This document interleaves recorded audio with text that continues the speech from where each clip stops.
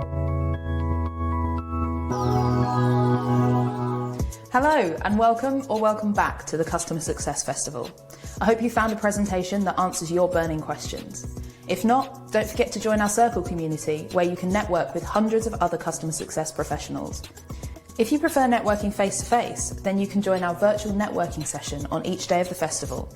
Check out the schedule for more details. And now for our next speaker.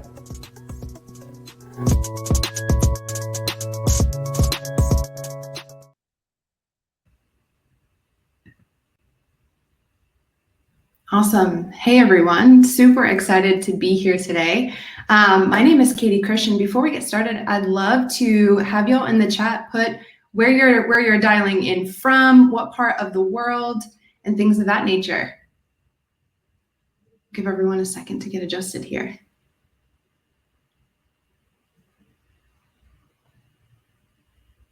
Declan, awesome. Great to see London. Hello, hello. Minnesota. Excellent. Okay, cool. So I'm gonna jump right in. We've got folks from all over Brazil. Hello, welcome.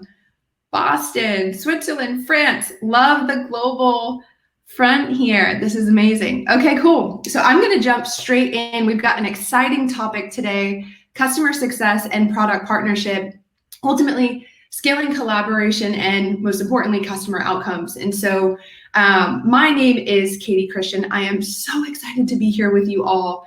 I am the head of customer success at Calendly and the interim head of customer experience at the moment. And so my passions are hyper-growth companies all the way, people and culture at the core of everything that I do. And last, certainly, but not least, is data. It's been a big driver for me and it's a big passion. My experience has ranged from customer experience all the way to the go-to-market side, and ultimately, specifically customer success team support, onboarding, and sales development, and dabbling a little bit on the sales side. My tech career started at SalesLoft. I was a 7th employee way back in the day.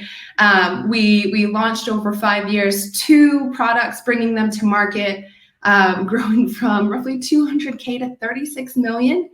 And in that, two successful products, creating ultimately the sales engagement space as it is today. So very exciting journey there. And then since I've landed here at Calendly, and Calendly is just a phenomenal company, growing so quickly and helping connect millions around the globe, scheduling faster day by day. And so now that we know a little bit about me, and I've got some street cred now, let's dive into our agenda for the day. And I'd love for this to be as collaborative as possible. So in the chat, if you have questions as we go, or some of those emojis, we can throw those in there. I'll throw little sunglasses in right now for everyone, but keep it interactive because I can't see you. So let me know how we're doing. But here's our agenda. We're going to talk about my journey at Calendly. I've been at the company now for probably about a little over a year and a half. And in that, I was brought on board to build our customer success team from scratch. So I'm going to talk about the initial challenges that we had and the approach that we took. So really it bucketed down into 3 specific areas: alignment, experience, and partnership. And then we're going to go over the amazing results that we've had. And so in this, I think just starting a little bit about where Calendly was roughly in February of 2020. We had a customer success team of 3. They were primarily handling more of a white glove support approach, reactive versus the proactive, I should say.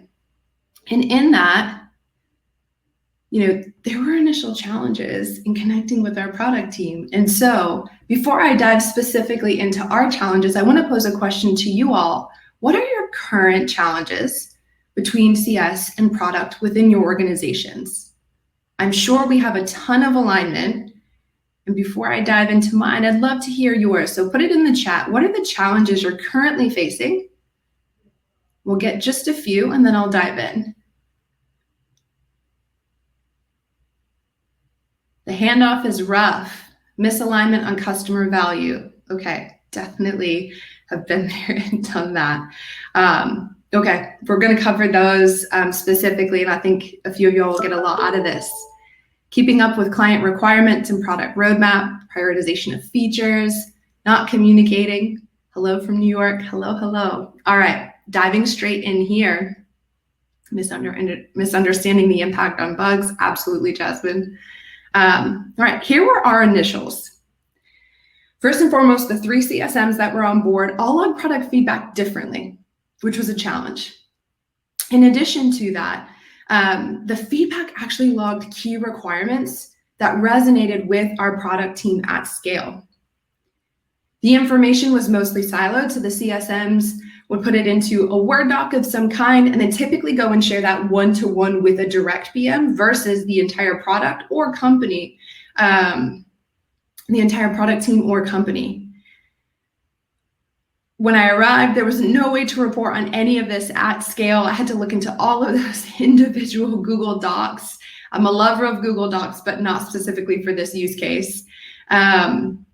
And then lastly, the most important thing was none of this was making it onto our roadmap and eventually not making it to our customers. And so in that, a lot of key initial challenges. And so I'm sure a lot of you all are in similar places or have been there and done that, and you're probably nodding your head on the other side. And so let's talk about what we specifically did to address that.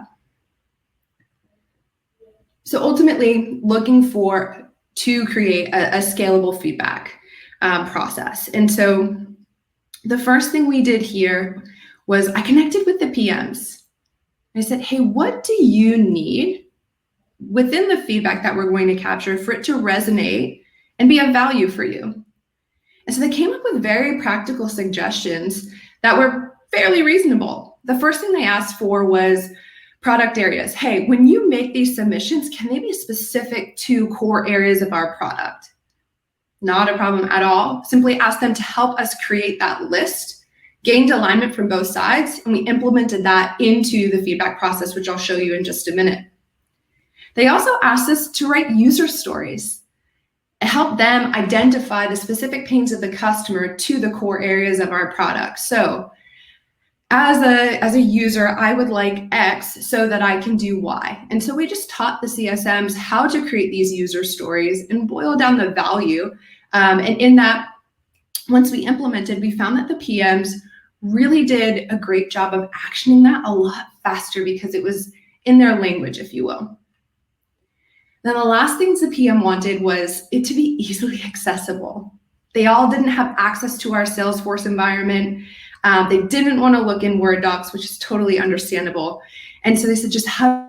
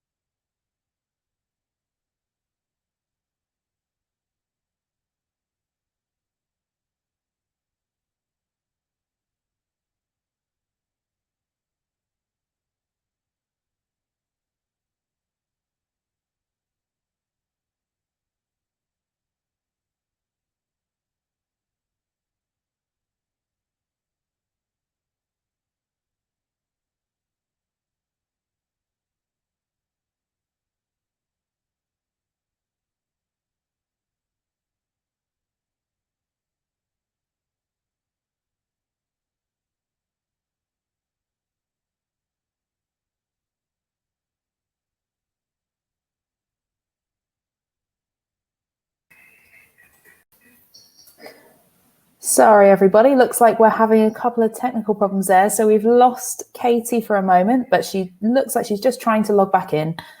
So if you just bear with us for a moment, but she should be back with us very soon, hopefully, once the internet connection has calmed down a little bit. But in the meantime, do drop your questions in here for Katie. She'll be around at the end of the webinar to answer any of your questions.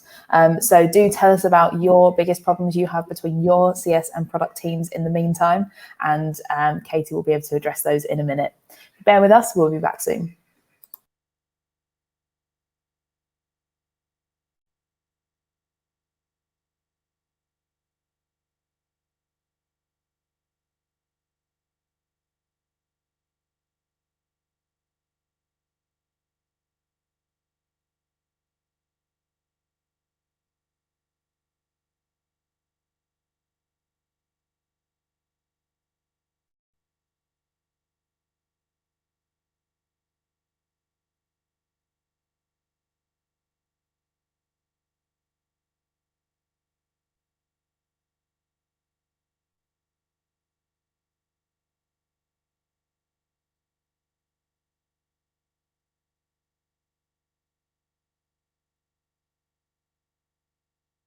Okay, diving straight back in, I'm going to go over the far right here and pick back up. And so while we worked on the PM process to start, we connected with our customer success managers. The final piece of the feedback process was increased visibility. And so what we did was we ensured that we had scalable reporting from the very start, which was a huge benefit and an increased lift from a timing perspective. We made sure the timing, the feedback was submitted in real time to our product team and to the company if they wanted to review that. And the last thing we did here in this particular area was monthly updates. And so creating a detailed summary of all of the different things that were happening, the different bits of feedback, and showcasing some trends across the customer base. All right. And so from there, this is what the process actually looked like or looks like today. So you can see here in the middle of the screen, I've got this surrounded by a little golden frame, but this is what the form looked like. So the CSMs would put in the account, the contact specifically, a detailed description of what the customer was looking for. The feature request had a status aligned to it, and you can see the pairing just to the far right-hand side of what this looks like. A high-level topic, that was one of our PM requirements. And so you can see we've got the example of admin controls on the right-hand side. Product feedback, was this a request? Was it a nice to have? We've identified 3 different types there. The urgency, and then the user story. And so the CSMs would have a simple button inside of our customer success platform where they click log product feedback. This form comes up on the left-hand side, and they simply pop it into the right-hand side. And as soon as that gets submitted, of course, we bring that to Slack for the rest of the company. And so on the right-hand side, this is just an image of a Slack example. You can see our Salesforce feedback channel. We've got a bulk of product managers in here, different folks from around the company who are just interested in listening and in hearing about our customers. And so this is what it looks like. I've certainly removed some of our customers' more sensitive data from this, but what it ultimately did was gave instant access. And so a lot of times what you'll see is cross-functional collaboration between the core PMs on a particular squad, engaging with the CSM and saying, hey, this is really great. This is what we have on our roadmap. I'd love to have a 15 or 20-minute call with them to go deeper on this subject. And so by actioning these things in real time, PMs would be on the lookout, and it just created more meaningful relationships last year as we scaled, of course, through the pandemic as well. So it really brought everyone together, and everyone was truly focused on our customer base, which was amazing. And so by logging this inside the CRM, we had scalable reporting. We then implemented it straight into Slack, which gave everyone instant access. And then, of course, we do those monthly summaries, providing a higher level detail, overall trends, and things of that nature. Now, this has been in place for a little over a year now. And just in the past quarter, we've had 175 submissions from our customer success team. And the revenue there from our current customer base is roughly 2.5 million. And so we're really able to speak both from a quantitative side, but also a qualitative side. And I think that gives us the ability to flex within the business for some of the more data-oriented folks, but also those who really want that voice of customer detail. And so that's the form here. I'm curious, do any of you currently use some type of form and communicate this en masse to your business via Slack or some type of chat in any way? Put it in the chat and we can check that out. All right, I'm going to move right forward. The next question that we had simply was, now that we have this alignment between our customer success team and our product team, how do we create a phenomenal experience at scale? And what we didn't want was, I think someone said this earlier, was poor handoffs and things of that nature. We didn't want our customers to have that white glove approach with the customer success team and then feel a different experience with our product team. And so that was one of the top areas of focus for us in this next chapter. And so we implemented a customer engagement guide. And a lot of times people will say like rules of engagement. I think just even sometimes the phrasing of the program is really important. because no one owns the customer, right? The customer success team doesn't, the product team doesn't. We all have to be aligned to serve the customer. And so this engagement plan, or guide as we called it, ultimately had 3 key areas. The first was, if it truly was a customer success managed account, anybody engaging would just simply copy the CSM on the email so they had insight.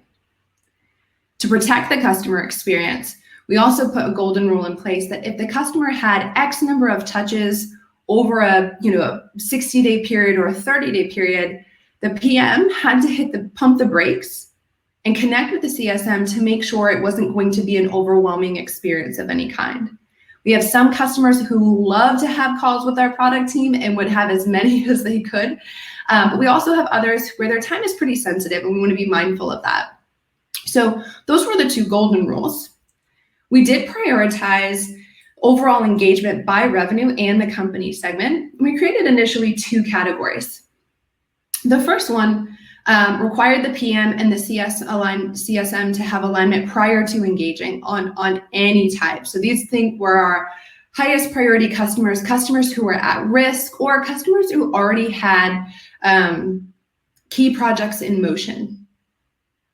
The second category here allowed for more autonomy for the product managers. And so it only asked for alignment prior to engaging if the customer was in poor health. And so in the process, we gave the PMs a really clear way to identify the health of the customer. Again, if everything was green, positive, and healthy, they could move forward. The only thing that they'd be required to do again would be to copy the CSM on those emails. And so the PMs loved this type of approach because more often than not, they could run forward in that category too. But also the CSMs loved it because if it was a higher priority account, they knew that they would have that alignment up front to ensure that the experience stayed on point. And then the final thing that we did to ensure that that experience was crisp across the entire customer journey was we equipped PMs with resources, and they were so thankful. So we gave them quick customer lookups, which I'll show you on the next slide. So in addition to the Slack prompts that we gave them a way to look into Slack and look up a customer detail view.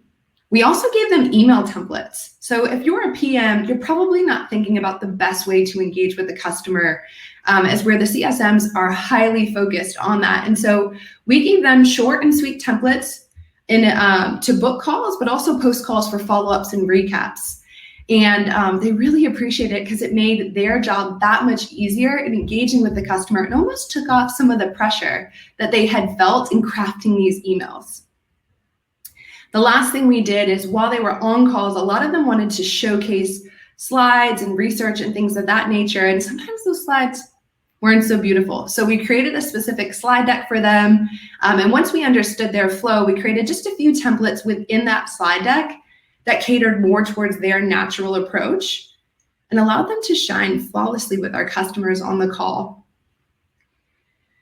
And so there's a few questions here in the chat, but we will absolutely address them later on. And so we'll just keep going here quickly. But let's talk about how we gave them some lookups and some visibility into data. We gave them 2 ways. The first is if they wanted to do a deep dive, you've got that here on the left side. We gave them the ability to have a Slack bot lookup.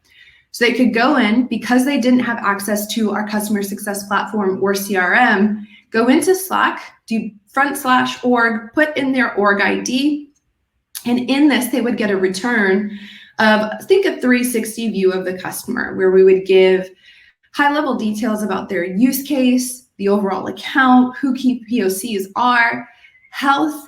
They could see some trend, a little visual of a trend, and then any real-time updates of like the most recent note or engagement with the customer. And so the PMs really enjoyed that because they felt like they could go into the call knowing a bit more and not having to do as much discovery up front. And it also made for a really positive customer experience because the customer didn't have to repeat themselves on the call of something they've said to us probably a few times. On the right-hand side, we gave them the ability to export data at scale. So not every PM wants to look up each customer one by one. Sometimes they have a very specific focus And they want the ability to say, okay, I want to know specifically at Calendly, I'll give you an example. I want to know all customers who are interested in group scheduling. And so they would be able to pull a report by all of the customers who have submitted product feedback in that specific category. And what we would do is generate a list for them showing the overall health, revenue, latest communication on that account, and export that in detail. So from there, they had a bulk list that was targeted specifically to what they needed, which was really fantastic. So those were the two ways. So now that the CSMs and the product managers were partnering seamlessly across the business, and our customers were having a really great experience as well, we said, how do we partner together on outcomes internally inside the business? Now that we have the full circle, we have the customer success manager, the product manager, and the customer all aligned, and we're capturing these really brilliant insights. And so the two things here that we did to take it to the next level was collaboration and communication. Around the collaboration side, we actually embedded, we call them CX liaisons at Calendly, but members of our CX team in each of our product squads. So that way, as they were working on their roadmaps and things of that nature, we could be giving feedback along the way. And so I think these today are bi-weekly syncs, and they're roughly about, I would say, half an hour to an hour, depending upon the topic of discussion. The other thing we did is we invited product managers to present quarterly in a fireside chat setting. So they would bring their specific core area of our product with maybe 5 to 10 slides of where they're going, what they're doing, thinking, or working on. And then we just have a fireside chat once they were done presenting. And it really allowed, one, an increase of relationship, trust, and just overall communication. But two, it led to some really brilliant ideas across the organization. And PMs just did some really brilliant things that I'll share with you in just a moment. The overall communication, again, we started to implement both monthly summaries right up front, and then we started to trend that to quarterly to showcase larger themes across the business.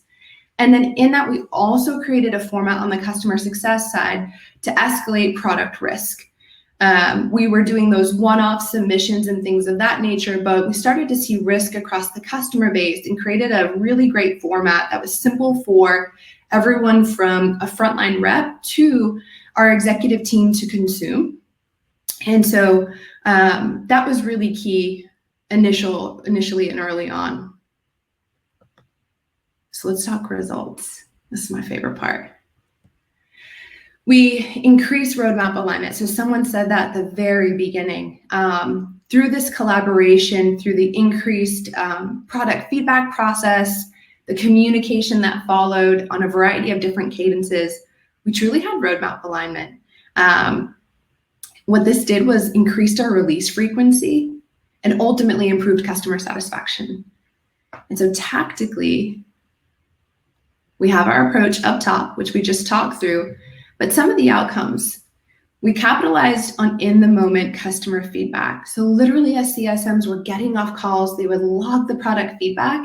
And there are many times, literally just now I have Slack up on the screen here in front of me, PMs would write back within 5 minutes and say, hey, let's jump on a call with this customer and learn more about it. And so customers truly felt heard, which was amazing. We closed the feedback loops faster, so we knew what was being prioritized on the roadmap and what wasn't. The PMs and CSMs were communicating at just a higher level than ever before in the business, and everyone really just felt aligned.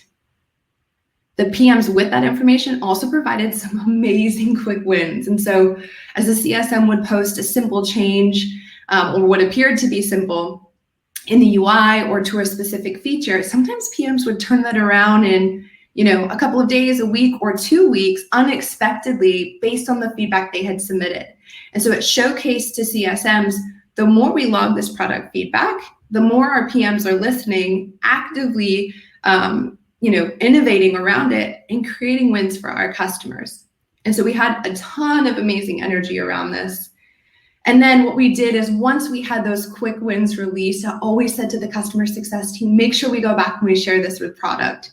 And so we'd give them kudos internally through a channel that we have. We'd share these wins in emails and Slack of customers just truly rejoicing from all areas of the globe about these wins and these updates inside of our product and just thanking us so much for listening to them. And so it just brought really everyone together, again, through the last year of the pandemic, ultimately focused on our customers and driving key outcomes for them. And so the overall result here ultimately led to, yes, an increase in roadmap alignment, but increased release frequencies and overall just increased customer satisfaction. Where we had risk, we no longer have risk. We have so much innovation in our roadmap where customers are just excited about Calendly, asking about multi-year subscriptions and locking us in for the long term and things of that nature. And so truly music to our ears and customer success. But without that product partnership, it simply wouldn't have been possible. So that's the journey we've been on really for the past year. It's been really fun. It's been full of learning, challenges, and opportunities, but I hope that this was helpful and gave you insight into what we've been up to around building a strong partnership between product and customer success at Calendly. So with that, we'll certainly open it up for questions now. And here's Gemma. Cool. Hi, thanks so much for that, Katie. That was fantastic. Thanks. So we have lots of questions from the audience here. So obviously they were very keen to hear more from you. So I'll jump straight in with question one. So Manasij, I'm sorry if I've said that wrong, has said, hey, Katie, how did you define the customer's health? How did you create the health KPIs, or did you create the health KPIs from scratch, integrate them or test them? How much time did it take you to do so? And can you think of any way to simplify this going forward? So lots of questions in one there. Lots of questions there, yeah. So health scores are such a big topic that we could talk forever about. But initially, the health scores came down to three very specific, when I first arrived, three very specific metrics in the product. Because let's be real, there's so much to learn and there's so many different data points that we could calculate. But we created a very simple health score based on three variables. It's matured over the year, certainly, but we started small in that. And so what we did is with the score, we just turned it into a red, yellow, green to keep it pretty simple for all those folks externally to customer success. They didn't need to see the numerical value. So when they pulled it, they could see instantly it was red, yellow, or green. If it was green, they'd move forward. But we can totally take that offline. There's a lot of questions there. No, that's fantastic. Thank you so much for that. So yeah, if you would like to connect with Katie, then her LinkedIn is just at the top there. So if there are any questions that are unanswered after this session, then you know where to go. So Andy's question next. Andy says, as we all know, clients want everything yesterday. We all know how product is often tight-lipped about release dates as well. How did you work with both the PM team and the client on establishing proper timelines internally and externally? Yeah, so timelines are super important. And I think as we collect feedback, one of the biggest things is saying we're doing just that. We're collecting feedback. We don't have insight today on where the specific request is. We'd like to go back and gather details. And then from there, working with our product team to realistically say, is this something we even have prioritized for the year? And getting a simple yes or no from that. And then trying to pin down, okay, is this H1 or H2? It's H2, is this Q1, Q3, or Q4, right? And saying super high level, the worst thing that we did do was saying, okay, what month? And is this gonna be the 20th or the 30th, right? A PM has no idea because there are so many things that go on with engineering and development. And so trying to keep it high level, but communicating to the customer, we have this logged, we have it flagged, it is on our roadmap. What we'll do in our next call that we have is provide an update on where this is and where we are in development. Should anything change, you'll be the first to know. And I think more often than not, that's what customers want to know. They want to know it's been submitted, right? It's been recognized, and that they're going to have updates should anything change in the future. It's all about building that trust and partnership. And if there is something urgent around risk and things of that nature, yes, sometimes we do have to press with product, but it's also just not product. Sometimes the company needs to change initiatives. And so executives do need to get involved. to move that around. And so timelines aren't just on the product team, there's development in there as well. So we just try to be good partners. I try to start high. I go with second half, first half, and then I try to boil it down. I literally did this yesterday. I was like, so we're talking the 20th or the 30th. And one of my PMs said, I thought we weren't doing that. And I was like, that's fair. That absolutely makes sense. And yeah, as you say, it's more about letting the customer know that they've been heard, that something's in the works, whether they have a date or not. Right, exactly. Perfect. So Jackie has asked next, have you found that the pandemic has changed how you collaborate with the product team at all? Has remote working made a difference for better or for worse? That's a great question. So I started at Calendly truly a month and a half before the pandemic started. So wow. I met most of these product managers, really the entire company in a virtual setting. And so transparently for me, it was a little bit harder because I think I build relationships better face to face, but I've had to pivot. And so in that, I don't know that it was necessarily harder at first scheduling, ironically, Calendly, but scheduling was initially tough as everyone pivoted to remote worlds, remote environments, and things of that nature. But I think ultimately we all wanted the same thing. And whenever I met with anyone, I said, we're all here for our customer. We're not here for the customer success team or the product management team. We're here to create a better experience for our customers. And I think if there was any friction, that ultimately aligned us of like, okay, we're checking our egos at the door. We're focused on our customers. Let's get to it. Absolutely. That shared goal is so important there. Yeah. So we've just got time for a couple more questions. Adar has asked, they've said your process sounds great, but there are a lot of internal meetings included. How do you balance this and avoid oversaturating your calendars? So with that, I think the big part of the overall process was creating that scalable feedback. And the process, the guide of saying, hey, you don't actually, for a majority of our customers that are healthy, you don't need to engage with the CSM. So we actually removed the vast communication, the vast meetings that we were having by implementing that process. And the communications that we were having were primarily happening via Slack now and not in actual meetings and time scheduled on the calendar. So it became much more manageable transparently for us. If you're starting from scratch, you might need to be a little meeting heavy up front just to gain that alignment, but it's easily scalable. Majority of the comms around these things can happen via Slack today in our business, unless it's something to do with risk or a strategic initiative. That absolutely makes sense and sort of makes everything a lot more simple as well. So for the final question, Christopher has asked, how did you balance quantity of feedback with quality?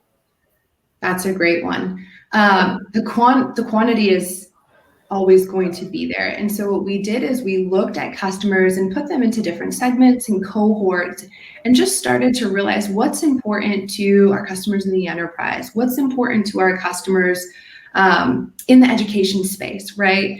And things of that nature. And so really just started to break down the data, showcase it at a high level, but showcase those themes. And I think that's what's most important is in each of those showing both the quant and qual side of it in the respective segments. And that will happen over time as the data set matures and things of that nature. One of the biggest things that we learned in the process, or I did, I should say, is flexing to the PM style. So know the PM style. Are they a data-driven PM or executive in the business, or are they very focused on the qualitative side? What's going to resonate more with them when you meet or as you present? And so in that, and knowing the styles, we would meet with PM1 and PM2 and present in two different ways if we had to, ultimately knowing what their style was and flexing towards that. And then they'd get so excited. And that's where those quick wins came from. A lot of the time was just simply understanding how they would consume data and what worked best for them. And so I say that's anybody in the organization, identify their style and how they consume things. Are they that more analytical approach, or are they more so focused on that qualitative side, wanting, insights into anything, call snippets or things of that nature for that voice of customer insight?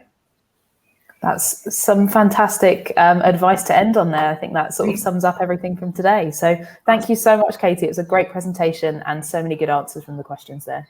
Thank you, Gemma. And so sorry for the technical glitch. No, that's absolutely fine. We got you back very quickly. So lovely to have you. And hopefully we'll see you again soon. Certainly. Bye, everyone. Thanks for your time. Bye.